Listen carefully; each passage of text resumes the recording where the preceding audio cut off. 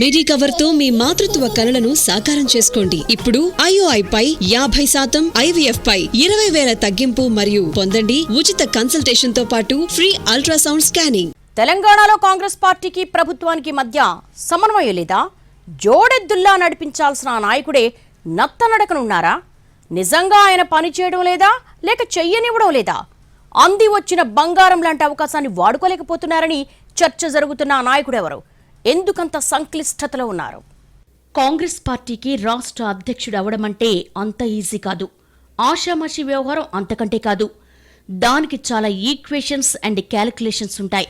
కానీ Telangana PCC president Mahesh Goud విషయంలో అలాంటివన్నీ పర్ఫెక్ట్ గా సెట్ అవడంతో పాటు పార్టీలో భిన్న ధృవాలుగా ఉండే నేతలంతా ఒక్క మాట మీదకొచ్చి ఓకే చెప్పేశారు. కాంగ్రెస్ కల్చర్ ప్రకారం చూసుకుంటే ఇది చాలా అరుదైన వ్యవహారం. అంతటి అవకాశం వచ్చినా ఎందుకో మహేష్ గౌడ్ దాన్ని సక్రమంగా వాడుకోలేకపోతున్నారన్న చర్చ మొదలైంది పార్టీ వర్గాల్లో.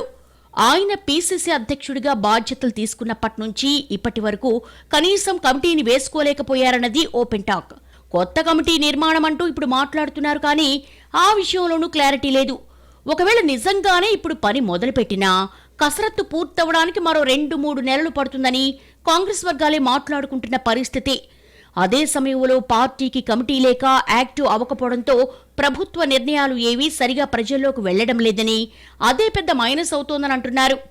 ఏ పార్టీ అధికారంలో ఉన్నా ప్రభుత్వం తీసుకునే నిర్ణయాలు, అమలు చేస్తున్న పథకాలను ప్రజల్లోకి తీసుకెళ్లాల్సింది, సానుకూల అభిప్రాయం కల్పించాల్సింది సొంత కేడరే. కానీ తెలంగాణ కాంగ్రెస్ ఆ విషయంలో స్తబ్దుగా ఉంది. ఓ కార్యాచరణ లేదు, టీం వర్క్ అసలే లేకుండా పోయిందన్న చర్చ సాక్షాత్తు గాంధీ భవన్లోనే జరుగుతోందట. దేశంలో ఎక్కడా లేని విధంగా బీసీ కులగణన చేసింది తెలంగాణ సర్కార్. పదవుల్లో బీసీలకు 42% వాటా ఇవ్వాలని సభలో తీర్మానం చేసింది. కానీ ఆ విషయాన్ని ఆ స్థాయిలో ప్రజల్లోకి తీసుకువెళ్లడం, బీసీ నాయకుల్ని కలుపుకుని వెళ్లడం, విస్తృత ప్రచారం కల్పించడం లాంటి పనులేవీ ఇంతవరకు జరగలేదు. పరిస్థితి చూస్తుంటే అసలు అంశాన్ని పార్టీ పట్టించుకుందా లేదా అన్న డౌట్స్ వస్తున్నాయట. అటు ఎస్సీ వర్గీకరణది కూడా ఇదే పరిస్థితి. దేశం మొత్తం మీద ముందుగా ఎస్సీ వర్గీకరణను అమలు చేసిన రాష్ట్రం తెలంగాణ. కానీ దీన్ని జనంలోకి తీసుకెళ్లే యాక్షన్ ప్లానే పార్టీ దగ్గర లేదంటున్నారు. కాంగ్రెస్ కు మొదటి నుంచి దళిత సామాజిక వర్గం అండగా ఉంటుంది. వర్గీకరణ చట్టం చేసి అమల్లోకి వచ్చే వరకు ఉద్యోగాల నోటిఫికేషన్ సైతం ఆపేసినా దాన్ని అందిపుచ్చుకునే స్థాయిలో లేవు పార్టీ కార్యకలాపాలు. ముఖ్య నాయకులు జిల్లాల వారీగా పర్యటనలు చేసి చర్చకు పెట్టాల్సి ఉన్న అంశాన్ని అడపాదడపా మీటింగ్స్ తో మమా అనిపిస్తున్నారన్న అభిప్రాయం కాంగ్రెస్ వర్గాల్లోనే ఉంది. ఇక పేదలకు సన్నబియ్యం ఇవ్వడం మరో సంచలన నిర్ణయం. ప్రత్యేకించి ఇది గ్రామాన విస్తృతంగా ప్రచారం చేసుకోవాల్సిన వ్యవహారం. పార్టీ నేతలు గ్రామాలు, మండల కేంద్రాలకు వెళ్లి టామ్ చేయాల్సింది పోయి ప్రకటనలకే పరిమితమవుతున్నారని అంటున్నారు పరిశీలకులు. అసలు ఈ విషయంలో PCC ఏం చేస్తోందన్నది బిగ్ క్వశ్చన్. రాష్ట్ర పార్టీ అధ్యక్షుడిగా మహేష్ గౌడ్ కూడా జిల్లాల వారీగా పర్యటనలు చేస్తూ యాక్టివేట్ పెంచాల్సిన్నా ఆ వాతావరణం కనిపించడం లేదని మాట్లాడేసుకుంటున్నారట పార్టీలో. అటు మంత్రులేమో వాళ్ల పనిలో వాళ్ళు బిజీగా ఉన్నారు. పార్టీ చీఫ్ గా మహేష్ గౌడ్ ఫోకస్ పెట్టాల్సిన అంశాలపై ఇంకా పెట్టడం లేదన్న అభిప్రాయం అయితే పార్టీ వర్గాల్లో బలపడుతోందని చెప్పుకుంటున్నారు. పోనీ కమిటీలుంటే వాళ్లతో పని చేసుకోవచ్చు, కానీ అవి లేవు. నాయకుల మధ్య సమన్వయం లేదు. ప్రతిపక్షం ముప్పేడు దాడి చేస్తున్నా అధికారంలో ఉండి కూడా మౌనంగా చూస్తూ కూర్చోవడాన్ని ఎలా చూడాలి అన్న చర్చ జరుగుతోందట కాంగ్రెస్ కేడర్లో.